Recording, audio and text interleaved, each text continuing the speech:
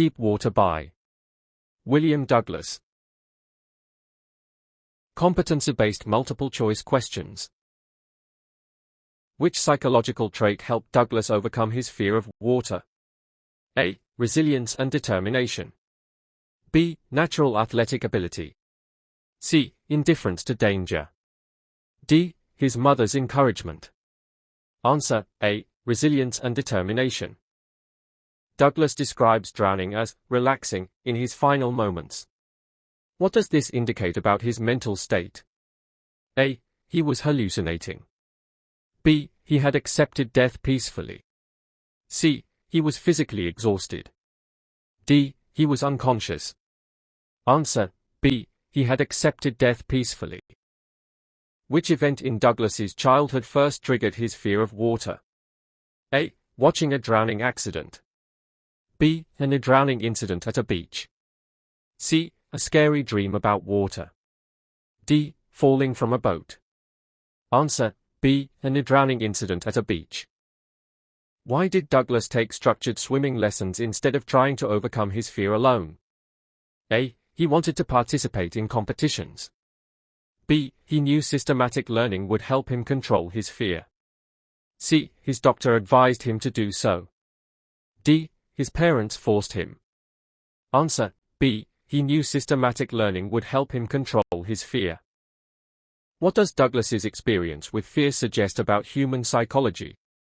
A. Fear can only be overcome with professional help. B. Avoiding fear strengthens it. C. Fear is a permanent emotion. D. Fear has no real impact on life. Answer: B. Avoiding fear strengthens it. Which literary device is used in the description, "The curtain of life fell"? A. Metaphor. B. Simile. C. Alliteration. D. Hyperbole. Answer: A. Metaphor. Why does Douglas emphasize the physical sensations he experienced while drowning? A. To create an emotional connection with the reader. B. To highlight his bravery. C. To prove that fear is imaginary. D. To describe a typical drowning case. Answer: A. To create an emotional connection with the reader. Why does Douglas compare his drowning experience to death? A. He believed he was really dying. B. He wanted to exaggerate the event. C. He was trying to justify his fear. D. He had read about near-death experiences. Answer: A. He believed he was really dying.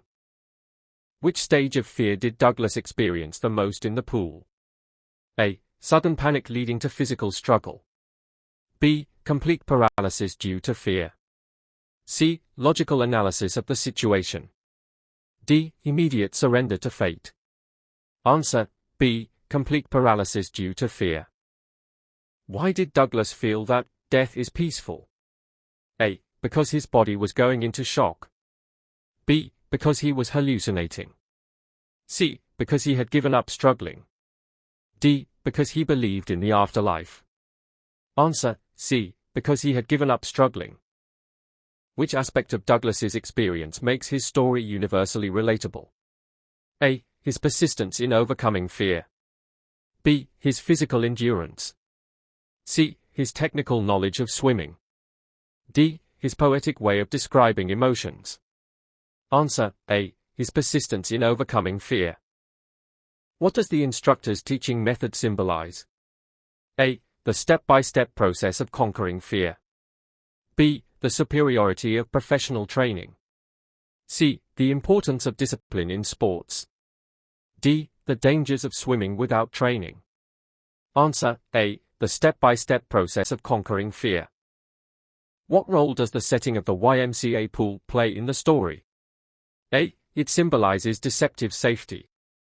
B. It highlights the beauty of water. C. It serves as a symbol of childhood innocence.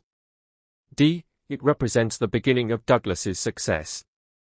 Answer: A. It symbolizes deceptive safety. Which quality of Douglas is most emphasized in the story? A. His intelligence. B. His emotional sensitivity. C. His perseverance. D. His physical strength. Answer: C. His perseverance. What does Douglas's journey from fear to confidence suggest? A. That fear is just an illusion. B. That fear can be defeated with systematic effort. C. That physical strength is more important than mental strength. D. That childhood fears never go away. Answer: B. That fear can be defeated with systematic effort. What does Douglas mean when he says, "Terror had seized me completely"? A. His rational thinking was paralyzed. B. He was physically unable to move. C. He was acting irrationally. D. He was struggling to keep his eyes open. Answer: A. His rational thinking was paralyzed. What does Douglas's return to water at Warm Lake represent? A. His final confrontation with fear.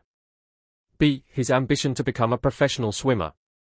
C. His enjoyment of nature. D. His escape from society. Answer: A. His final confrontation with fear. How does Douglas's transformation relate to real-life challenges? A. It shows that facing fears can lead to growth. B. It proves that fear is a mental illness. C. It highlights the importance of competitive sports. D. It suggests that fear is unnecessary. Answer: A. It shows that facing fears can lead to growth. Why is Douglas's near-drowning incident significant in his life? A. It was his first encounter with death. B. It shaped his understanding of fear and courage. C. It prevented him from ever swimming again. D. It made him distrustful of others. Answer: B. It shaped his understanding of fear and courage. Why does Douglas describe his fear as a nightmare even after he survives?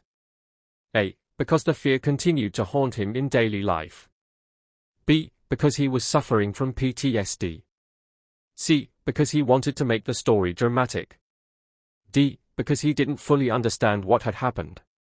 Answer: A. Because the fear continued to haunt him in daily life. What did Douglas realize about fear after overcoming it? A. It is only as powerful as one allows it to be. B. It is impossible to eliminate completely. C. It is a necessary part of human nature. D. It makes people more aware of their surroundings. Answer: A. It is only as powerful as one allows it to be. Why did Douglas say he had conquered fear completely? A. Because he no longer hesitated before entering water. B. Because he had forgotten about his drowning experience. C. Because he no longer felt afraid in any situation. D. Because he became a professional swimmer. Answer: A. Because he no longer hesitated before entering water. How does Douglas's struggle with fear connect to the theme of self-discovery? A. It teaches him the limits of his courage. B. It forces him to reflect on his mental strength. C. It makes him realize he is physically weak. D. It encourages him to isolate himself from others. Answer: B. It forces him to reflect on his mental strength. Which of the following best describes the role of the instructor in Douglas's journey? A. A guide who helps him rebuild confidence. B. A strict trainer who pushes him to his limits. C. A passive observer of his struggle. D. A motivational speaker who inspires him. Answer: A. A guide who helps him rebuild confidence. How does Douglas's description of drowning add to the realism of the story? A. It provides sensory details that make the fear relatable. B. It uses poetic language to create a dreamlike effect. C. It makes the experience seem less intense. D. It focuses more on emotions than on physical sensations. Answer: A. It provides sensory details that make the fear relatable. Why does Douglas emphasize the suffocating nature of water in his descriptions? A. To show how fear distorts perception. B. To illustrate the power of water over humans. C. To highlight his weakness. D. To warn others against swimming alone. Answer: A. To show how fear distorts perception. How did Douglas's perception of life change after overcoming his fear? A. He developed a greater appreciation for life. B. He became indifferent to danger. C. He lost his interest in adventure. D. He avoided all risky activities. Answer: A. He developed a greater appreciation for life. What role does the passage of time play in Douglas's story? A. It shows that fears take time to overcome. B. It emphasizes how fast childhood ends. C. It proves that trauma disappears on its own. D. It highlights the importance of forgetting the past. Answer: A. It shows that fears take time to overcome. What does Douglas's decision to swim in warm lake represent? A. A final test of his courage. B. His rejection of fear. C. A return to his childhood trauma. D. His belief in destiny. Answer: A. A final test of his courage. What lesson can be drawn from Douglas's determination? A. Challenges must be faced, not avoided. B. Fear should be ignored completely. C. Only physical strength matters in overcoming fear. D. Fear is a natural part of life and cannot be removed. Answer: A. Challenges must be faced, not avoided. How does Douglas's story connect to real-world fears? A. It shows that mental strength is more important than physical strength. B. It suggests that fear is an illusion. C. It proves that professional help is necessary to conquer fears. D. It indicates that trauma cannot be healed. Answer: A. It shows that mental strength is more important than physical strength. Why does Douglas use a first-person narrative in the story? A. To provide a personal and immersive experience. B. To make it more dramatic. C. To add fictional elements to his account. D. To make it sound more like a novel. Answer: A. To provide a personal and immersive experience. What does the line "I feared water and avoided it whenever I could" suggest? A. Douglas's trauma shaped his daily life. B. He was physically weak. C. He hated swimming. D. He did not like nature. Answer: A. Douglas's trauma shaped his daily life. Why did Douglas not ask for help when he was drowning? A. He was too shocked to react. B. He was under the water and unable to speak. C. He was afraid of looking weak. D. He believed he could manage alone. Answer: B. He was under the water and unable to speak. What does Douglas's story teach about resilience? A. Persistence and effort can help overcome deep fears. B. Fear cannot be overcome without external support. C. Only some people are capable of conquering fear. D. Fear is a permanent human condition. Answer: A. Persistence and effort can help overcome deep fears. Why does Douglas mention his past experiences before describing the drowning incident? A. To show how trauma builds over time.